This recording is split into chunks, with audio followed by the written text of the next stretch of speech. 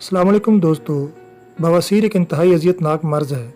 इस बीमारी को इंग्लिश में पाइल्स या हेमोरॉइड कहते हैं। आज की वीडियो में मैं आपको इस बीमारी से निजात पाने का एक इंतहाई सस्ता और कामयाब नुस्खा बताऊंगा। मैं हूं आपका होस्ट हकीम मुमताज़ मुग़ल, आपको अपने YouTube channel Mughal health care में खुशामदीद कहता हूं। आगे बढ़ने से पहले मेरे चैनल को सब्सक्राइब कीजिए और साथ लगे घंटी के बटन को दबाइए ताकि आपको मेरी हर आने वाली नई वीडियो की अपडेट फ़ौरन मिले।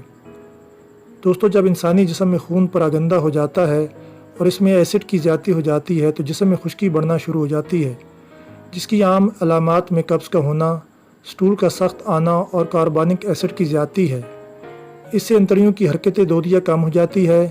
साथ सुफरा भी आंतों में मुनासिब मिक़दार में नहीं गिरता तो ग़िज़ाई मवाद अंतड़ियों में ज़्यादा देर पड़ा रहने से मज़ीद खुश्क और सड़ना शुरू हो जाता है और कुछ खाम मवाद मकद की जानब बढ़ना शुरू हो जाता है, जिससे आहिस्ता आहिस्ता मकद के मौके फूलना शुरू हो जाते हैं और पखाना की हाजत के दौरान बाज़ औक़ात ये फूल कर रास्ता बंद कर देते हैं और कभी कभार इनमें खून भी जारी हो जाता है।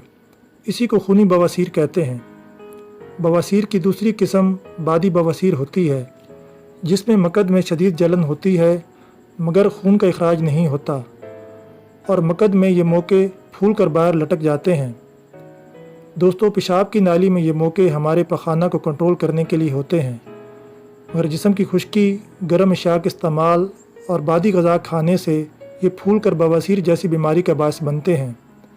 बूढ़ों में रतूबात की कमी की वजह से खुश्की ज़्यादा हो जाती है, इसलिए बूढ़ों में बवासीर का मर्ज़ ज़्यादा देखा जाता है।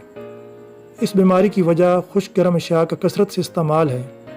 इन अशिया के कसरत के इस्तेमाल से इंसानी बॉडी में बवासीरी ज़हर ज़्यादा मिक़दार में जमा होना शुरू हो जाता है, जिससे बवासीर के अलावा और भी सुदावी अमराज अपनी जड़ें मजबूत करना शुरू कर देते हैं।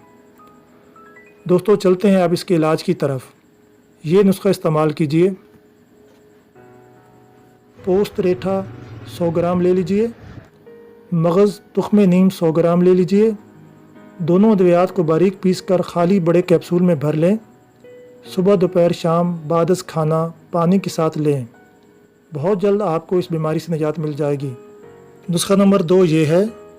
रोगने अरंड यानी कोलेस्ट्रॉल ऑयल 100 ग्राम लेकर इसे नीम गर्म कर लीजिए। इसमें काफूर 100 ग्राम लेकर मिला लीजिए और ठंडा करके एक बोतल में डाल लें। दिन में 3 मरतबा बवासीरी मसों यानी मौक़ों पर लगाएं।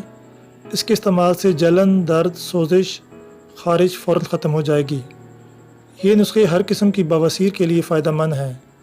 बवासीर एक सुदावी मर्ज़ है, लिहाजा सुफरावी और बलगमी अशिया का इस्तेमाल कीजिए। किसी भी बीमारी में परहेज़ इलाज से कहीं बेहतर होता है, इसलिए खुश मिजाज की ग़िज़ा से परहेज़ करें।